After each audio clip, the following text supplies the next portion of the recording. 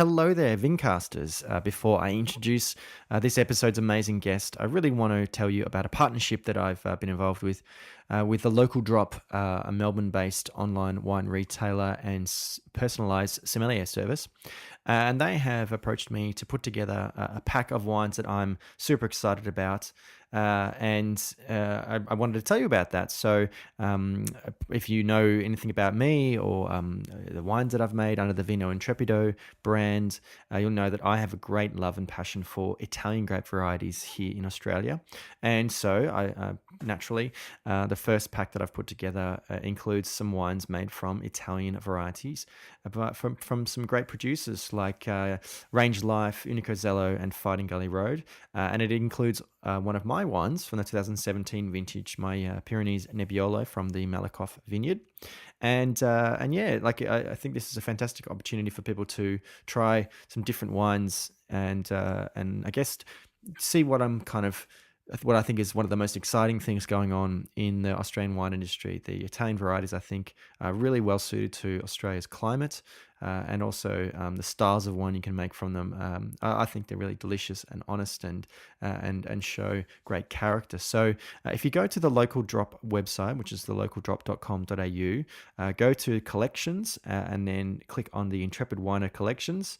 You'll find the Italo Aussies pack for $175, which is I think it's actually recommended retail of about $250, which includes shipping. And yeah, I do hope you support the Local Drop as they are supporting me, and I hope you enjoy this week's episode.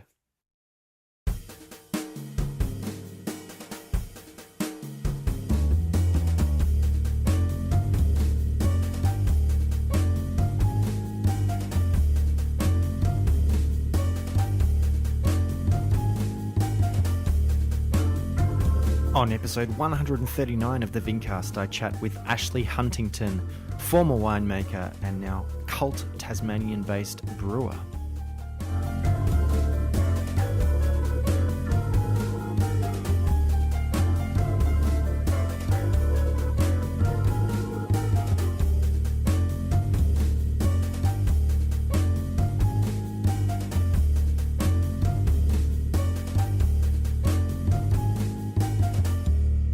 Hello, ladies and gentlemen. Welcome to another episode of the Vincast. My name is James Scaresbrook, otherwise known as the Intrepid Wino, and unfortunately, it has been a little bit of a break for the podcast. It has been a while since I've been able to find some time to sit down and have a chat with a guest. Been a lot going on, particularly in my personal life. I'm just about to get married, and so I've been obviously preparing for that. But I'm hoping to have some more time in the coming months to sit down with some more guests because there's lots of people that I'd love to have on, and it's just a question of finding a mutually convenient time. So I'm really excited about this episode. As it's a guest that I've wanted to have on for a number of years, and it hasn't been easy actually getting a hold of him to sit down because I wanted to give him the opportunity to have as much time as possible to chat, because he is an incredible orator, which I found out at the first Grow Assembly a few years ago, and it is Ashley Huntington from 2 Metre Tall Brewery and Cider House based in the Derwent Valley in Tasmania. I was recently down in Hobart and I had an opportunity to chat with him at the farm. So I do hope you enjoy our chat, because Ashley is an incredible presence and has some beautiful philosophies and makes some amazing products there. So stick around until the end to find out how to get in contact with myself and with Ashley. But until then, I'll see you on the other side. Ashley, after how many years, I think, I've finally managed to nail you down here at the farm in beautiful Derwent Valley, Tasmania. It's been a frustration, James. Well persisted, thank you. And I was just thinking this morning that it's astonishing that after 130 plus episodes of this podcast, you are in fact the first brewer that I've had as a guest. Wow. And I think the reason is because I was like, well, I want you to be the first. So we finally got there. And you've been patient, which is patient, which is to your credit. But I think it is certainly an indication of how in demand you are and how much people have embraced your particular approach to brewing that is indicating how busy you have been in the last couple of years. Look, in my defence, I am often here. I'm not. And you're not. I wish I was. I wish I was based down here. And when you've sometimes. been here, I, for various reasons, haven't been. So from my perspective, it sounds strange that you haven't been able to get me on the farm, given I spend all of my life here. When you are in Melbourne, you are locked up with lots and lots of visits. Yes, exactly. But we are here, so welcome on the podcast. I start every episode by asking my guest if they can remember the first interaction they had with wine or with alcohol, probably more accurately in your case, that made them think about it in a different way and possibly set them on a path towards following a career in the industry. Well, mine was pretty clear, and I still remember it. I had, and just a little bit of background here. I'm from. My grandmother would be turning in a grave. Demon drink Methodists. So no history of alcohol really. I mean, Dad used to drink beer, but there was no like much of Australia. I'm late 60s born, so that period through the 70s for sort of white Anglo Australians was sweet sherry and beer shandies and Benin Moselle. So my childhood is not at all involved in wine. Right. At all. And generally alcohol wasn't consumed at home. It would be at the hotel, at a hotel. Not at the dinner table? Yeah. White Anglo Australian 1970s drinking culture. Yeah. No wine on the table with food. Dad would drink beer. Mum might have a sherry or a Benin Moselle. Yeah. Whilst preparing the meal, but there was no culture around food. Having said that, grandma, maternal grandma, they were dairy so we're farming stock, dairy farming stock from Gippsland in Victoria. Yep. And I grew up in the dry, dusty wheat bowl of northwestern Victoria, which is sheep and cropping country. Yep. So I love a hill, James. Look at this. This is just perfect for me because there's hills and forest and it's just great. But we used to go on annual holidays down to Grandma's, and she was a keen gardener, and even as a little boy I had some sweet corn of hers and I just couldn't believe. And I just think that flavour of that fresh grown produce anchored into me somewhere very early on, even though there wasn't that. We always ate well, but it was probably pretty badly cooked in that 1970s Australian way. Meat, 3 veg. But growing up, and still then, a lot of people were growing their own stuff. So, taste hit me quite early. I went to, we were talking about it before, my first trip to Europe, when I was mid-20s, gave away a job and went over to London and did a 6-month cooking course. Right, okay. And were you interested in cooking? Yeah, well, I was interested in food and I wanted to make everything I wanted to eat. Right. So that was starting a journey, but it was on the food side. And then in that 6-month period, we did the WSET course, which is the London Wine Spirit Education Trust, which you're probably very familiar with, which a lot of English hospitality people do. So we did the first. Now in Australia as well. It's probably. Very, That's very, right. Been around for a long, long time. Mm-hmm. And that course involved the first one, maybe even 2 stages of that course. Yeah.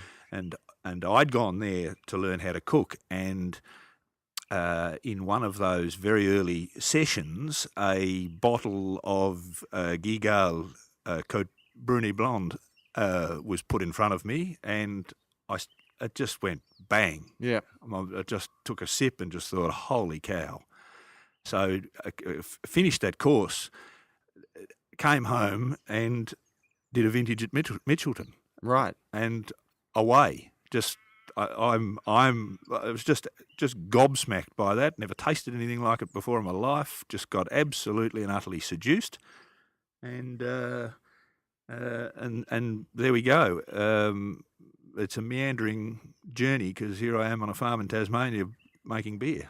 so commitment levels to the cause are frayed, but I seem to be just captured. Anything that sort of captures me and takes my mind, I'm likely, unfortunately, to follow it. Yeah. So it was that particular glass of wine, which doesn't really explain to you why I'm making beer, but I was. No, we'll come to that. We'll come to I that. then did a number of vintages and then went down and did a postgraduate diploma in enology at University of Adelaide. Yep. And then worked as a winemaker for at Roseworthy? over 10 years. Well, we were the last intake that went through Roseworthy, so we did our theory at the University of Adelaide in the Waite campus, which is now where it all happens. Yep. And we were the last intake to do the practical side of things up at Roseworthy. Before it all got consolidated away. So we're the what was that? It was 96. Mm-hmm. Because I mean, my degree was, I was external, but my residential school was at Waite. Yes, and, so they were converting the whole show in 96. Yep. And in fact, we had a group from Roseworthy's obviously still functioning, but not in the wine front, because there was a group of 35 or something that were doing various agricultural research. Yep. Visited here not so long ago, and they were from Roseworthy, so it's still a functioning thing, but not in wine. So. So you made the decision that this, had you had any particular other career paths at that point in mind? Oh, I was honours in chemistry, and I'd done, so you'd done some science food technology, and was my the last real job I had, not in the wine world, was a seriously well-paying job with the Mars Corporation, making dog food snacks at the PAL factory up in Wodonga. Wow. Fun. And I did that for 3 years, and look, I could never quite convince myself. The money was very seductive for a young fella. Sure. But every morning we had to go in and change out of our civvies into these synthetic white uniform with a little plastic cap. Mm-hmm. And if we didn't actually get changed and clock on by 8:30, we lost 10% of our day's pay. That's a universal, or certainly was in my time, at the Mars Corporation across all their factories.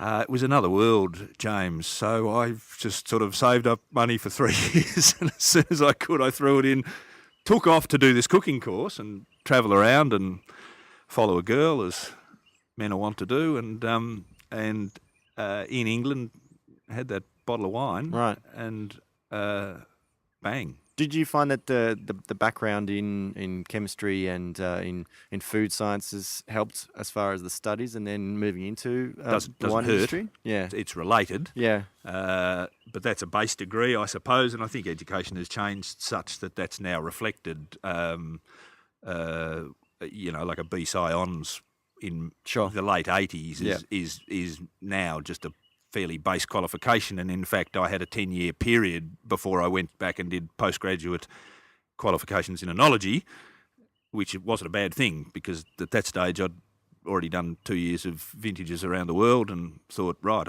I am pretty fascinated by this, I'm going to get some formal studies. But no, chemistry's a universal science, I would say to people. Mm-hmm. So it doesn't hurt. I don't think it's mandatory either. There's an interest in sciencey, geeky things that's part of me. So, that's not unusual to get here. But all the thing that really got me, and we can nerd on about science as you can in beer and wine for as long as you like. But what's particularly seduced me about food and beverage forever has been the applied agriculture. Sure. Coming from farming stock, we go back to that taste of my grandma's sweet corn. It's just wow, the complete subjectivity of why is that corn cob so much better than any other corn cob I've ever eaten in my life? Why? And can we get agreement on that? Is that a universal standard? Can that be repeated? How do we do that? What goes into it? It's the applied agriculture which fascinates me to this day. Yeah, absolutely.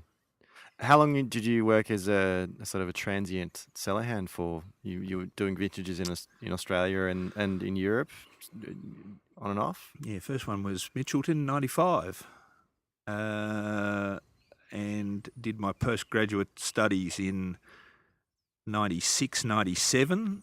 So I think I worked about 4 or 5 vintages in succession. Mm-hmm.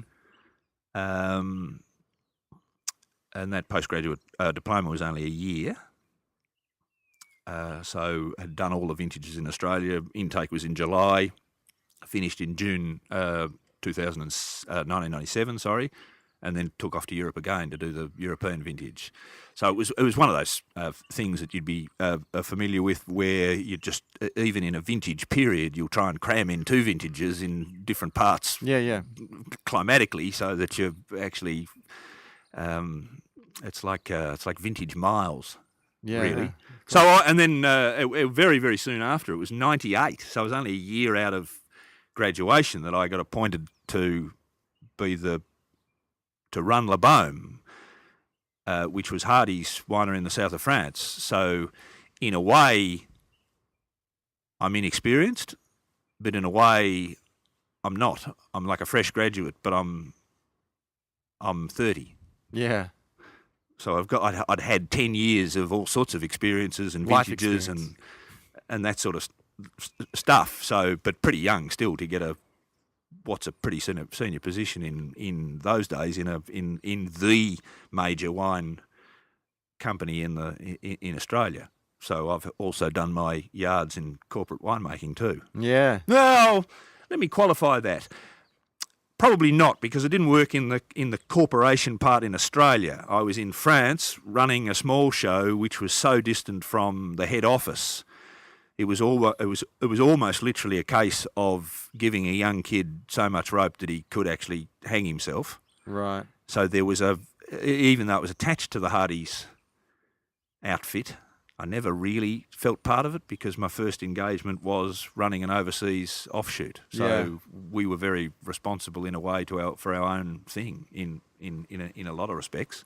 So it was I shouldn't go too hard on the corporate thing, but fascinating experience. A little bit different to the experience with Mars. Oh, thank God. And thank God, can I just say, dog food, come on. Was France a country that you were particularly interested in as far as the the bosses on the board would probably use an expression that I went feral in France. Yeah. Difficult to rein somebody in when they're that far away and not involved in the daily meetings, and then you're immersed in this sort of modern winemaking in the south of France, left to your own resources by and large. Extraordinary project to be involved in as a young fella. I mean, the Languedoc we were at the part where this is Van de Pay Doc. Mm-hmm. This is 9% of the world's grapes. This is petrol bowsers of Rouge Blanc et Rosé, filled into bidons, and that's how people drank. To drink a bottled wine, this is cultural swill. Grapes everywhere, and we were trying to do this branded thing in a modern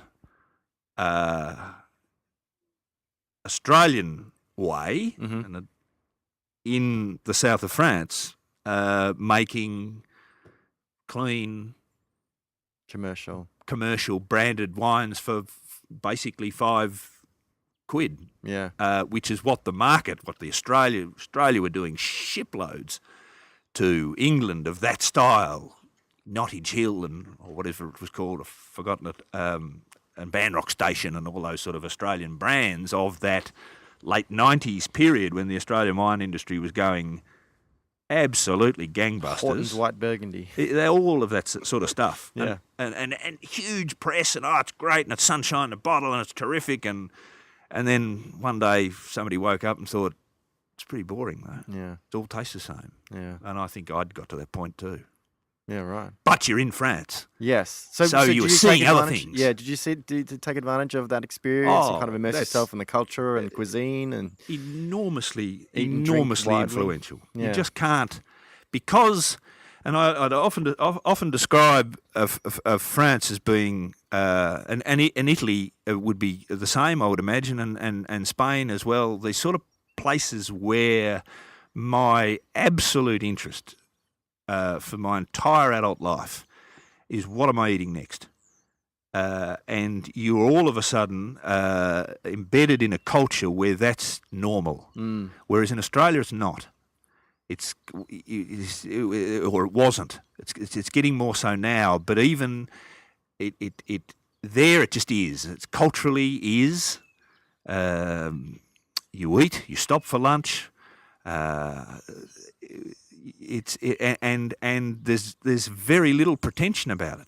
It's just, I was to say, the French would spend more on their stomach, as much on their stomach as the Englishman would spend on his car. Yeah. It's just a thing. And so you should say that about Germans as well. That's right. And it's not restricted to Europe either.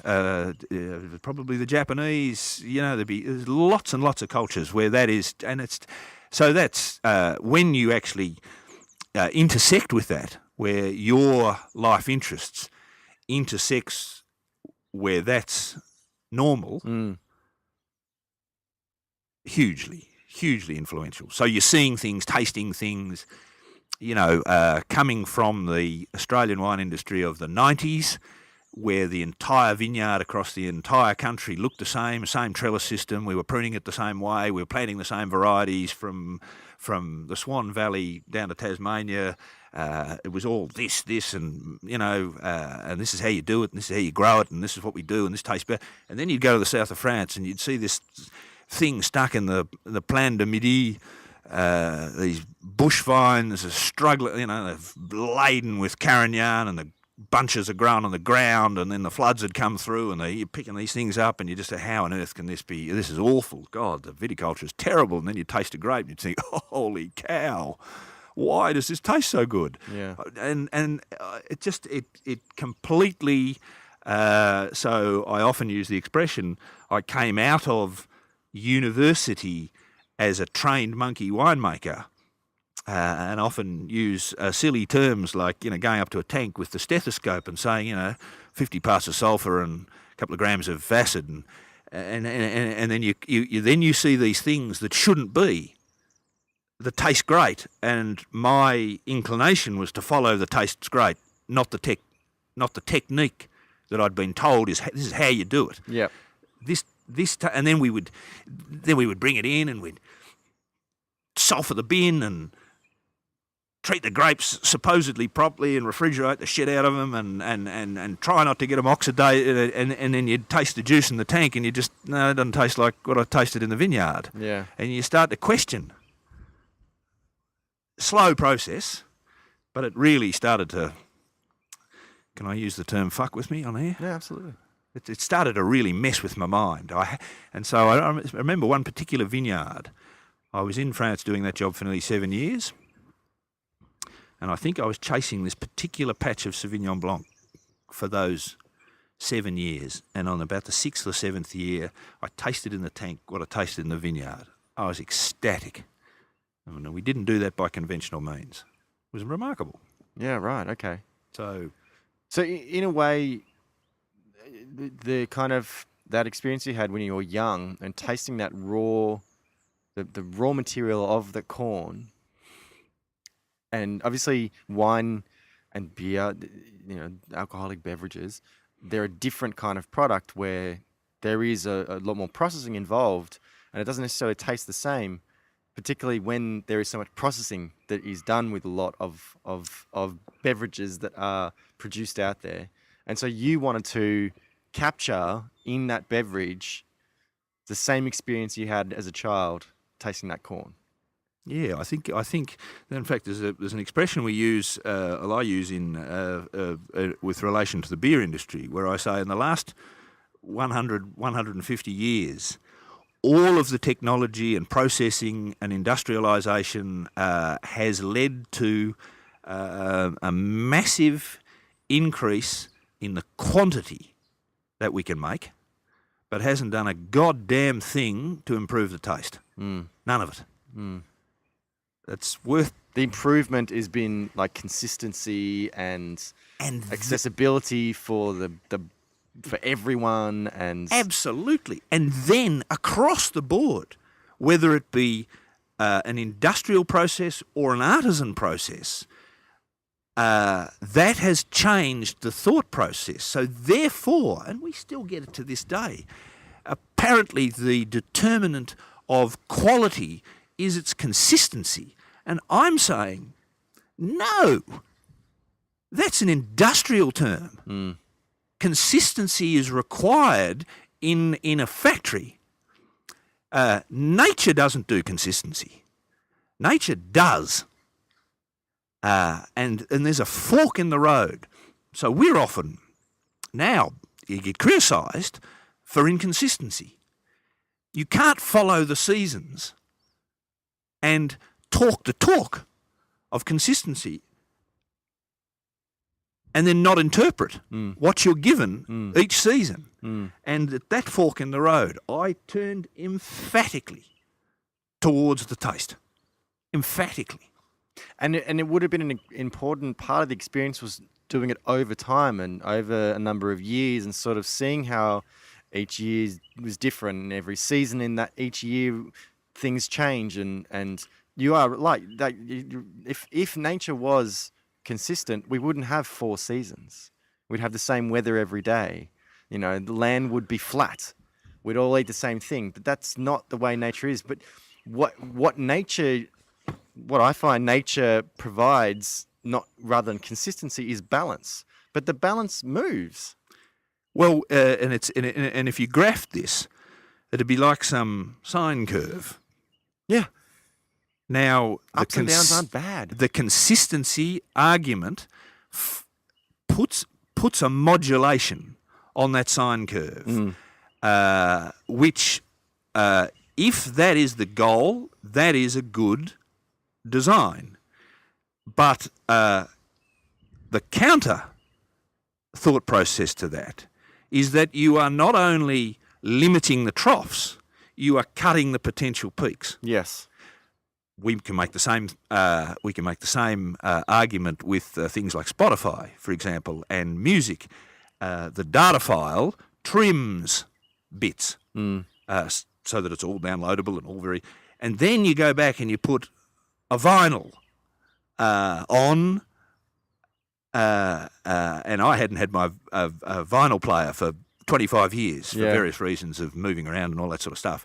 And I remember, and I set it up about 10 years ago when we came down to Tasmania, and I put this old vinyl record on, and for goodness me, it felt like the musical equivalent that I'd been eating McDonald's for 25 years. Yeah. All of a sudden I heard all of these bits in these songs, the full file. So you can't always, there is a place for both. I'm not saying we don't do that consistency because it's wrong. We don't do consistency because that's not what we're trying to do. But at the same time, you're also not making a product for the entire population. No. And I think that's with things like corporate consolidation and sort of attempting to get consistency and boiling down things down to the lowest common denominator, that kind of dulls everything. But that's for the big market. That's for the big part of the population. And I think, obviously in terms of music, recently, obviously Aretha Franklin just passed away. And one thing I heard people say a number of times was, when she recorded that music, she actually had to do this singing. There was no manipulation of her voice. They literally would just turn a microphone on and she sang into that microphone and they recorded it and that's it. And there is something kind of beautiful about that is sort of a bit lost. As far as more often than not, it's live music, and even that you can kind of play around with. And live music is kind of it's relative when you look at the culture of DJs and the fact that they're not actually playing music live. But anyway, I can't speak to Aretha personally, but I would imagine that is more the definition of her stardom than the records she produced and the sales she achieved. For the people that actually saw that, yes, and heard that, and her ability up close to do those sorts of things, that would have marked them, and I think therein lies what she was, rather than the commercial success, for example, that she was able to achieve. I don't know whether that metaphor is going through, but that's what I'm thinking. So if the thing that struck me the most was, here we were, and I still describe winemaking as the very best example of value-added farming. Yeah. So it's one of the few, in my experience, particularly in Australia, it's one of the few occasions where the farmer grows, produces, and takes the product to the market. So these black things behind you, these cows, most beef farmers in Australia are producing a product which they trade amongst themselves, sale yards. Yep. My father was involved in the livestock industry for his entire working life, and I doubt whether he ever met a chef. Yeah. And I find that gobsmacking, strange, and telling. Because... Let alone the final consumer who is actually eating. Let alone the final consumer. So Yeah. where's the... At some point there is a complete and utter separation and disjuncture in what should be a fluid line from farm to end user. Now that is changing at a small end of the market, which is great, but by and large, I still think by and large winemaking has been and still is an extremely good example of farmers taking their product to market. And if you're dealing with an individual farmer, say, and we talk vintages and seasons, and the 2017 was amazing, and the 2016 it rained a lot, and so therefore we almost talk that down. But that's the point. That's the point, James. We have to, there shouldn't be any. This is, and I'm not saying that brings an acceptance of low quality product. Whatever that means, I'm really starting to interrogate the entire judgmental system attached to that whole mindset. Person, place, season, hard labour, product, and then, some sort of arrogant dismissal of a bit washed out or whatever, whatever it means. It to me, it just doesn't seem right. And it's got too much traces of arrogance attached to it as well. Well, you come here and try and deal with that. And speaking myself personally, now that I've had, a couple of vintages of making some of my own wine, such as it is, I'm not growing it. I'm obviously would love that opportunity, but I'm purchasing grapes and I'm making decisions about how I want the wines to be.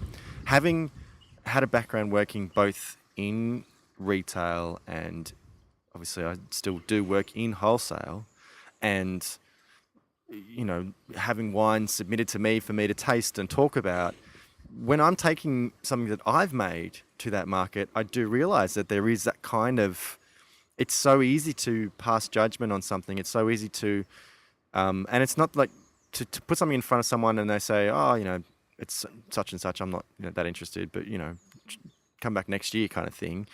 I can then take that same wine to someone else and they might love it. That's it. And the kind of, I find it fascinating that there is this constant seeking out of objectivity. Yes. When you are assessing something. You can't be objective because ultimately you are looking at something based on your experiences. You are comparing things. It's based on a certain framework that you have developed in your mind, whether consciously or not. And ultimately, someone else might have a different experience and assess and see things in something that you might not. And that doesn't mean that they're wrong either. So precisely, why is this constant trying to achieve this consistency, this conformity, this mitigation of the ups and downs of life and nature. Unless that is at the basis of your project. If you want to produce a consistent product, Sure. absolutely. And if that is a goal, you go for it. Speak to it, do it. Yep. You want to produce something that tastes the same every year, that is a skill in itself. But don't tell me that I'm wrong. But don't judge somebody else who doesn't do that on that criteria. Yep. Because it's irrelevant. So we can't have universalisms. And vice versa. And vice versa. So therefore, as a producer, the role of the producer is always to explain what it is they do. Yes. And to the best and most honest of our ability. So that, because in fact, that also brings in the enjoyment. Yes. And particularly at the individual artisan level, selling into individual places who are looking for that sort of thing, an entire repartee starts, which is captivating in that field, but is probably not the product that we want to expand if we're looking for volume, because all of a sudden we reach a clash point.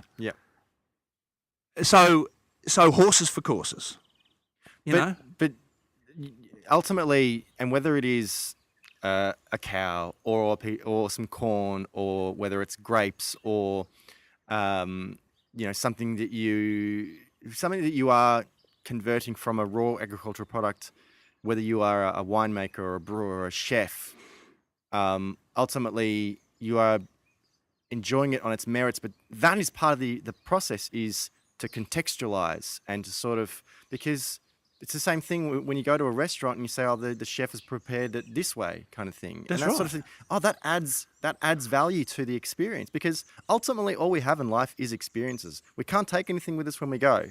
So those are the experiences that I seek out. And when you say, I tasted this piece of meat and it made me think about all these different things, I still carry that experience with me 20 years later.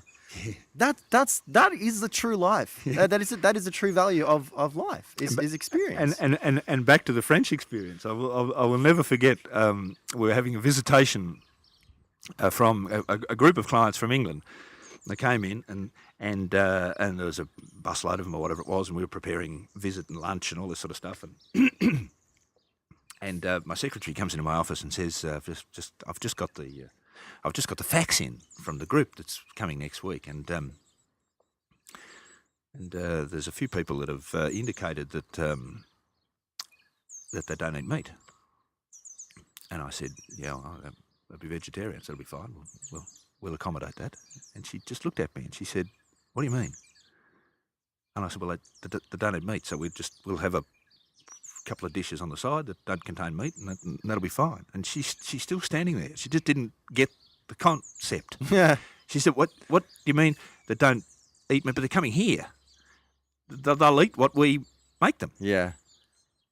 And I looked at her and I just thought, you've never encountered this before, have you? Yeah. Where you're actually faxing, and that puts a date on it.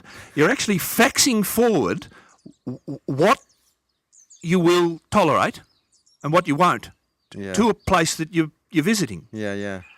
I think that's.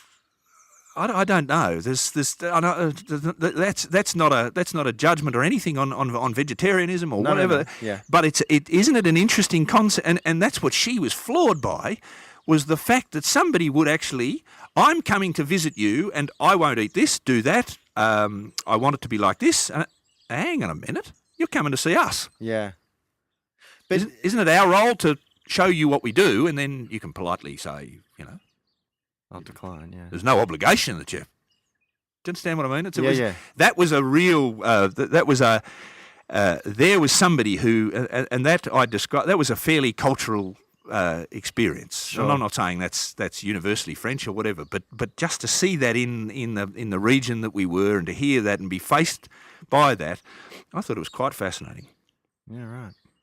So, what was the journey from the wine industry into your interest in beer, and then your particular interest in beer that has ended up with 2 Metre Tall? James, it's this is where it all goes, a bit pear-shaped. You see that hill behind us up here? Yes. That is the best vineyard you've site. spoken fondly of this hill. That is the best vineyard site I have ever encountered.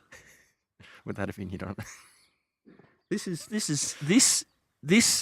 2.5 hectare north-facing slope, which is north off south, which is very important in Tasmania, and underneath that lovely soil is a sandstone base, which is just it is an outstanding vineyard site. It was inconveniently attached to 600 hectares. So I've come to Tasmania and I've done 6 months research, and I have a huge distinction between southern Tasmania and northern Tasmania.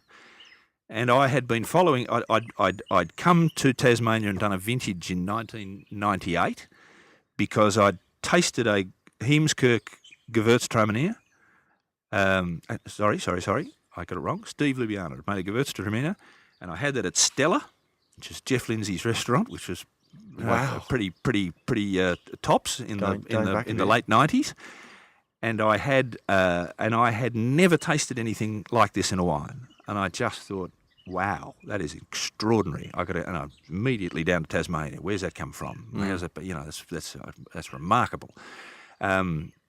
Flavours, and got myself hooked on Tasmania because in those years leading up to that, hadn't been to Tasmania. Tasmanian flavours were still significantly different from anywhere else in Australia. I mean, you know, we talk about regional differences between McLaren Vale and Coonawarra and la. Tasmania was remarkably different.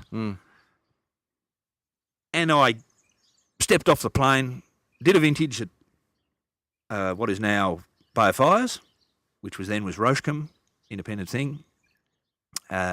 Just because at that stage most of Tasmanian grapes were going to Domaine Chandon as grapes, so there wasn't much winemaking in Tasmania. Mm-hmm. And I thought, oh, good, that's the jumping off point. That's where they collate all the grapes from all over the state and they ship them to Domaine Chandon. And I'll work there so I can taste every bin of grapes coming from every vineyard in Tasmania. And therefore convinced myself after that experience that the south was where we need to be, as the flavours were. And then promptly went to France. I'm coming back though. This is where we need to be in Australia. This is just great. So disappeared to France, and then started, itchy feet 7 years later, 8 years later, whatever it had been at the Bohm. The company was being sold and all that sort of jazz. Mergers and acquisitions, James. Mm-hmm. Very big winemaking thing. And I hadn't, not 2004. I don't. We got bought and the company got bought and sold twice. I don't think I tasted a grape that year. I was too busy dealing with the financial machinations of the business end of the thing. Anyway, so I came back and spent 6 months and looked at 150 properties in the south of Tasmania. I've still got the folder, and settled on that for that hill. And I was going to plant. I wanted a specific clone of Syrah. Because people say, Tasmania, Burgundian. Bullshit. Ever been to Burgundy? Nothing like it. Absolutely nothing like it. Nothing like anything in Europe. But if there is somewhere that it might be vaguely similar to, it's sort of like the northern end of the Rhone. And so I wanted this particular clone, and I managed to get it off Yves Crillon's Condrieu vineyard. That is the structure, and the Pinot Noir in the Derwent Valley, which has got this beautiful blackberry core of fruit. I was going to hang that fruit on the structure from this. I'm going to plant 10,000 vines to the hectare. No trellising. Amazing project. A lot of work. How's it going, James? 15 years later, there's a cow up there. helping prepare. Goodness Keeping the grass gracious short. me. Well, the point is, 15 years later, no vineyard in the ground, and I'm now brewing beer. Something happened. And I'm just going to default to the Italian setting, which is the old boy will come out and he'll say, this is a place where you should grow olives. On this hill here, you should grow grapes. And on these flats here, you should grow zucchini. It's a statement of agricultural fact. Whether you plant it or not, it doesn't matter. If you did, that's what you would do on that, because that's the place to do that. Yeah. And I often jokingly contrast that with the Australian way, which is we buy 10-acre soldier settlement block at Tooleybuck and try to convince everyone that that's the best place on earth to grow the grapes.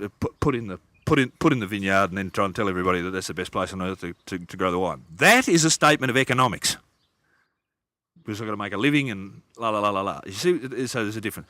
And we'll plant 10 different varieties, and so we've got something for everyone. Something for everyone, etc., etc., etc. We'll say every variety. We make the best of that variety in the whole region. Because I've got kids to feed, and I've la la la. Whereas the other one is I'm just 15 years, 600 hectare farmer, far too big, got the perfect vineyard site, haven't done a bloody thing.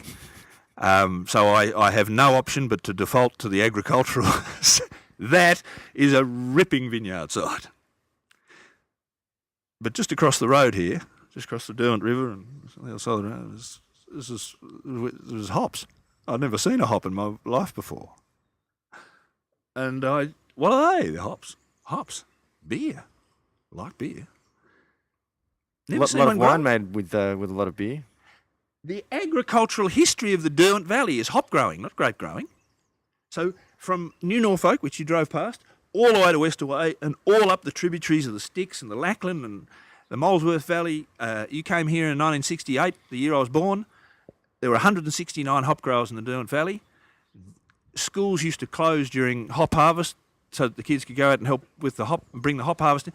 That's the agricultural history of this particular part of the world. So is there a particular reason why the Derwent Valley was planted so heavily to hops? What is it about this part of the world that maybe is so good for growing hops? This is going to shock your listeners. Let's indulge in a little bit of Australian ignorance, because the Derwent Valley is the sunniest, one of the sunniest parts of Australia. Right. In midsummer, we have 18-hour days. Yep. And hops respond to day length. Right. Principally. Photosynthesis. Many others, but so the Derwent Valley, and particularly here, just where we're sitting, you can see that the sun we're September. In midwinter, it barely gets above the hills. Now it's at about 45 degrees angle.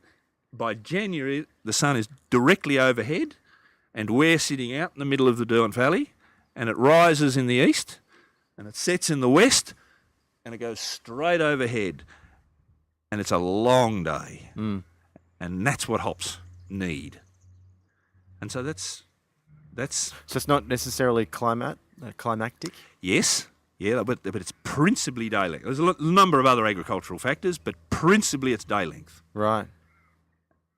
Once the soil temperature gets to right now, they're coming out of the ground, and nothing will stop the bastards until... So being that we are so far south, that is one of the... Okay, interesting. And so... So you saw these hops and you found out that, I remember you quoting a number of years ago, 80 or 90% of all the hops grown in Australia are grown in the Derwent Valley. Our farm's been operating since 1830. Yeah. It's grown hops. That's all it's grown. And the Derwent Valley since the 1850s was growing 80%, if not more. It's a little bit less these days because they're growing a bit in Myrtleford in Victoria. Yep. That's the other region. But right up until the 60s and 70s, the Derwent Valley was growing hops. The only use for hops is beer. The only use for hops is beer. We do other things with grapes. We don't do anything with hops except flavour beer. Mm. 1830s, I got here in 2004. It's 175 years-ish. Mm-hmm. It's the agriculture of the Derwent Valley. 169 small family farmers growing hops along the Derwent River in 1968. Only use for the product is beer. So Never been a brewery in the Derwent Valley, ever. Tasmania famously has, a number of breweries. In the case of Bogues and Cascade, 2.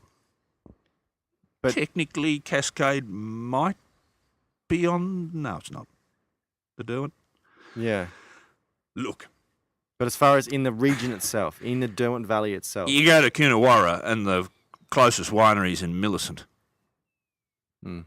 They're growing all those grapes. It's all they do is grow grapes in the Coonawarra. And you're driving through there and you say to somebody, Cabernet Sauvignon, wow, it's great. You go, can I get a glass of wine with my dinner? And they're looking at you saying, huh? Yeah. Yeah, but you're growing all these grapes. Surely you make some wine with it. No, mate, we're grape growers. Yeah. I just, as a winemaker, and I've just said to you, best example of value-added farming in the country. As a winemaker, that was one of these gong, what the fuck moments. Yeah. And I just thought, and I smelt a hop for the first time, rubbed it between my, and just thought, I've never smelt that in a beer. That is amazing. Yeah. Imagine that. This is 2004. This is well before the craft beer stuff craze, yeah. right now. There's 50 breweries small breweries in Australia at that stage. This and Bushy Park wasn't in good fettle, and I've got thoroughly distracted. Absolute. While my vines are growing, James, I'm gonna make a beer because it can't be that hard. And here's one of the biggest social snobby wrongs in the food and beverage. Beer is, just give me a beer, I'm thirsty, and then when I want to be sophisticated, I'll have a glass of wine. What is the difference between a hop and a bunch of grapes at an agricultural level?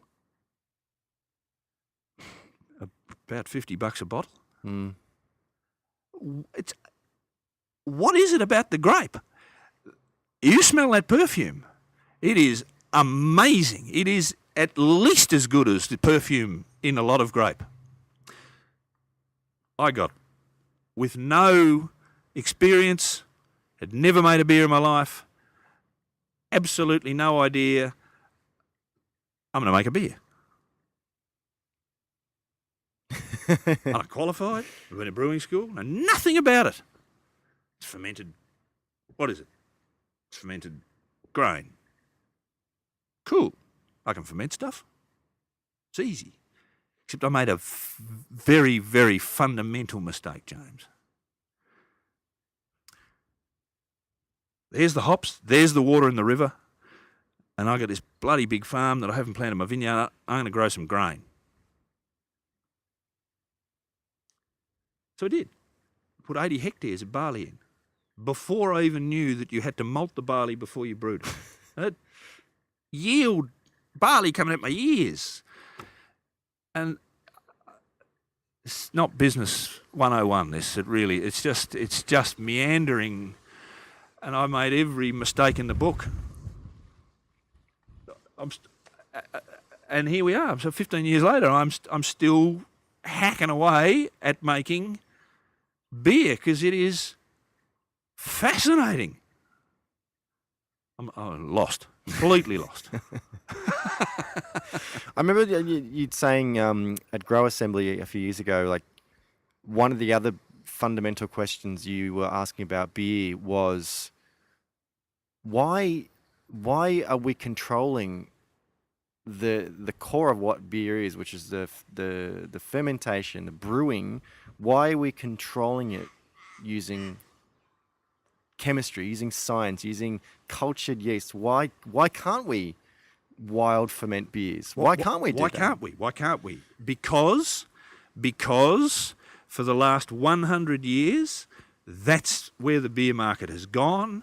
And not only has the beer market in Australia been controlled by a limited number of corporations for whom that is essential, it has controlled the entire thought process around the product. and therefore their beer was a singular noun. I would like a beer. The idea of variation, or there was no such thing as a Cabernet Sauvignon and a Shiraz and a Chardonnay of beer. It was just a beer. Yeah. A brand. Might have been a dark beer if you were feeling particularly adventurous. Yeah. But even that was made like a blonde beer with a bit of dark stuff chucked in. Yeah. And it controlled the thought. It controlled the thought and the expectation and everything. So, Buggerlugs here, completely divorced from the beer world, has no association with it at all, doesn't know the language, doesn't know how to do it. She's got this, just seen this agricultural product across the river, has a dip,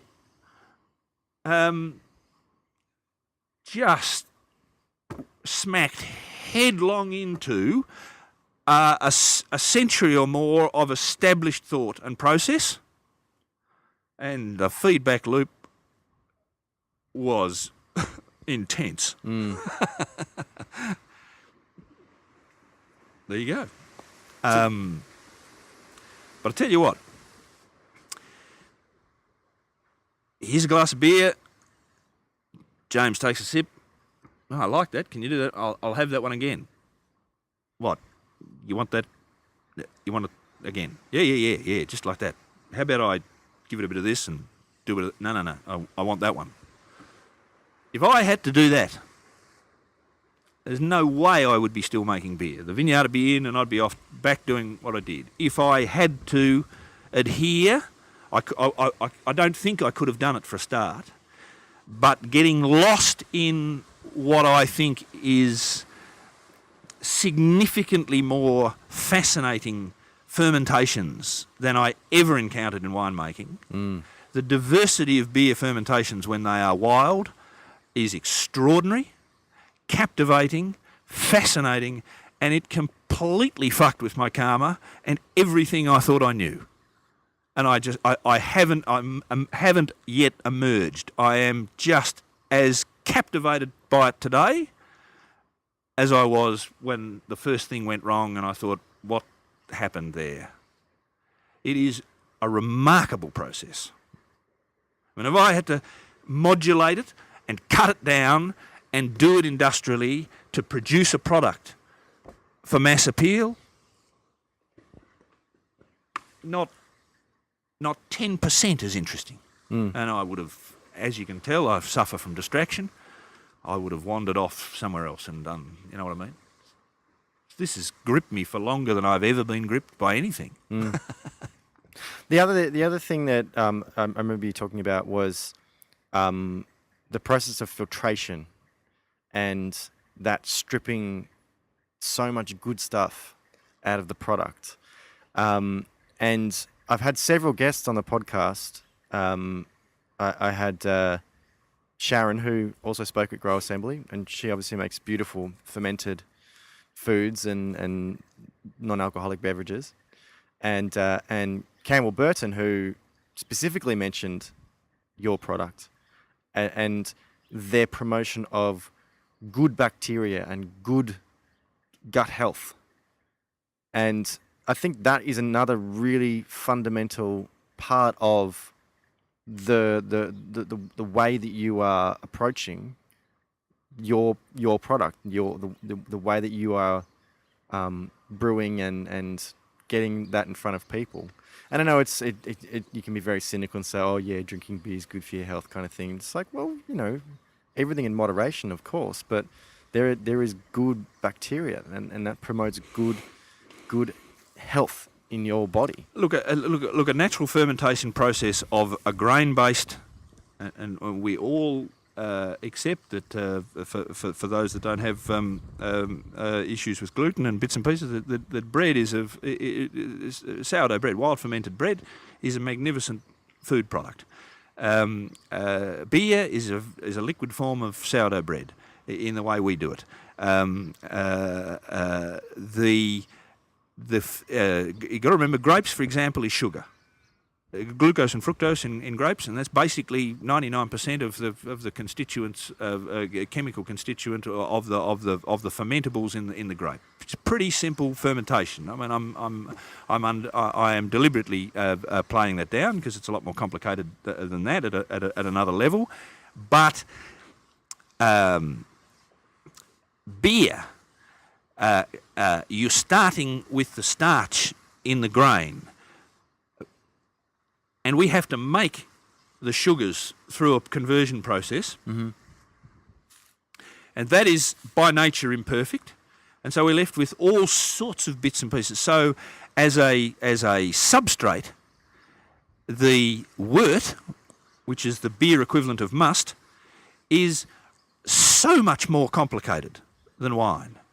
And then if you if you control that and just put in a specific yeast and to the exclusion of all others, you get a result, which is by and large most of the beers that people drink, and that's fine. But it's not over unless you maintain the integrity of that one yeast or selected yeast system. But if you do what we do and don't maintain the integrity, i.e. you allow nature to unfold, you get the most complex bevy of organisms chewing into this thing because there is food for all of them. And it's yeast, bacteria, and then the wild yeasts, and they come in phases. And what you're referring to is specifically lactobacillus, lactic acid producing bacteria. And they are known as probiotics, because anything that lactobacillus has acted on is rendered immediately and significantly more digestible to the human body. Sauerkraut, you name it, kimchi, kefirs, they're all as a result of lactobacillus fermentation, and the human body is particularly receptive to that and finds all of that much more digestible. That's where all this good health probiotic stuff comes from. And guess what? The naturally occurring microorganism on the surface of all grain-based plants is not yeast, it is lactobacillus. So to allow, that's where the word sourdough comes from, because lactobacillus converts, works on the enzyme modified starch and produces lactic acid bacteria, hence the sour.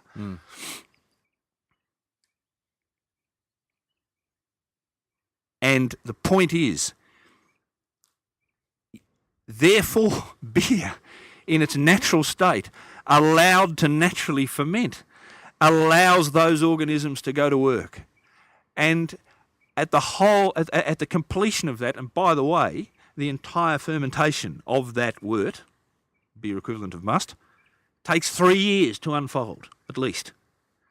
And at the end of that, without any filtration, any preservatives, anything whatsoever, we emerge at the end of that product with a food product that has been digested by countless thousands of different types of organisms, is absolutely safe, is absolutely preserved in time, and has an acidic content which allows it to age like any fine wine. It is a remarkable product. And James, there are no books on this. I encountered this with no knowledge, just by fumbling around in a tin shed on a farm, doing something that I didn't know what I was doing. And we have enlightened ourselves to a thing that is an exceptional food product. Yes, it's beer. Or cider. But in the way the market interprets beer and cider, those two concepts that I've just breathed are just light years apart from where beer had come commercially and what we've stumbled into here. That is, changes beer from the singular noun into a plural word. And what a dramatically plural word it is. So somebody else can plant the vineyard, because I am I'm not. I'm lost in beer. Lost. Forever.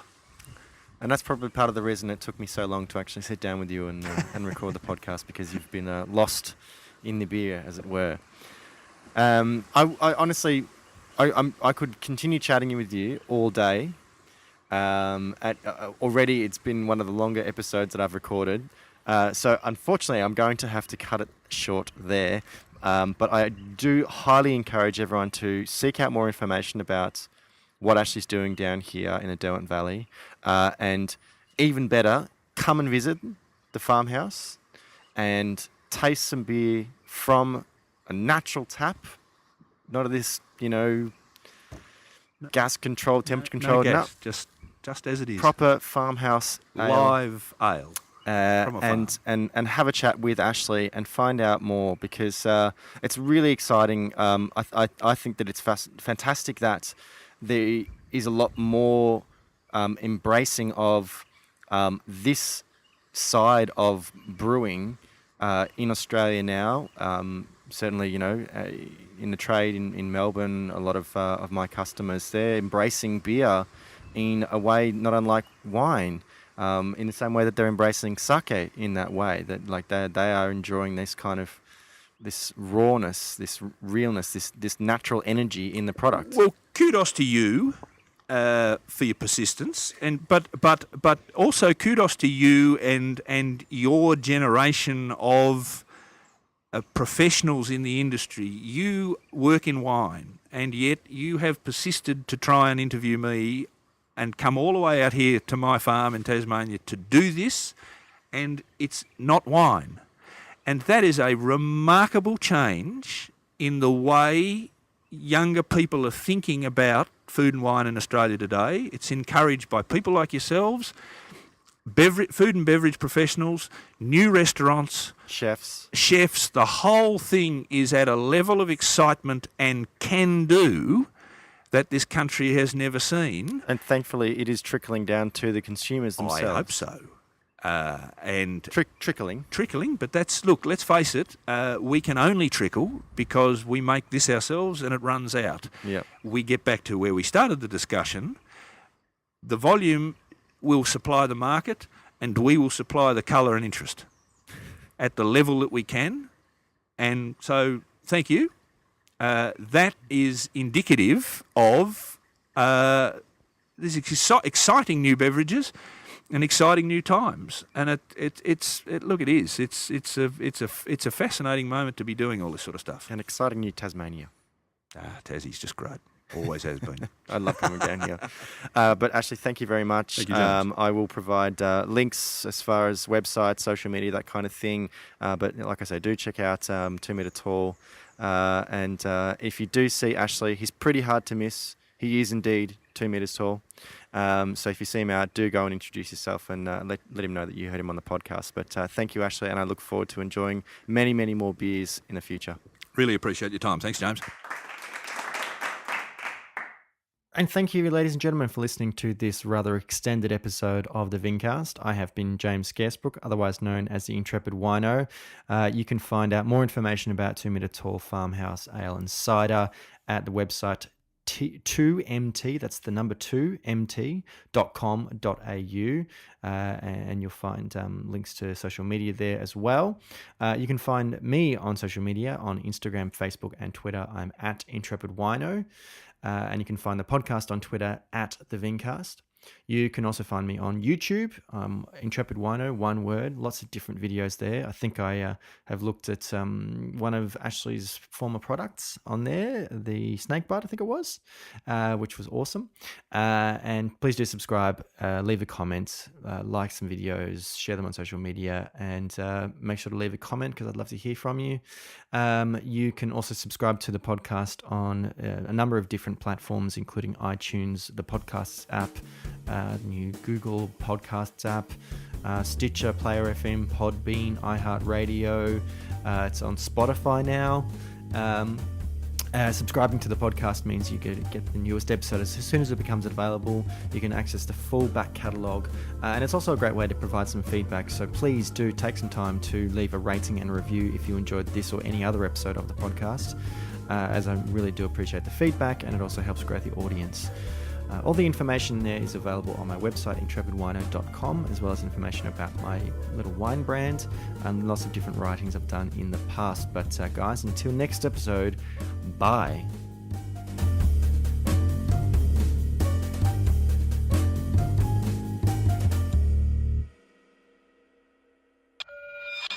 Earbuds, Melbourne's podcast network. earbudsnetwork.com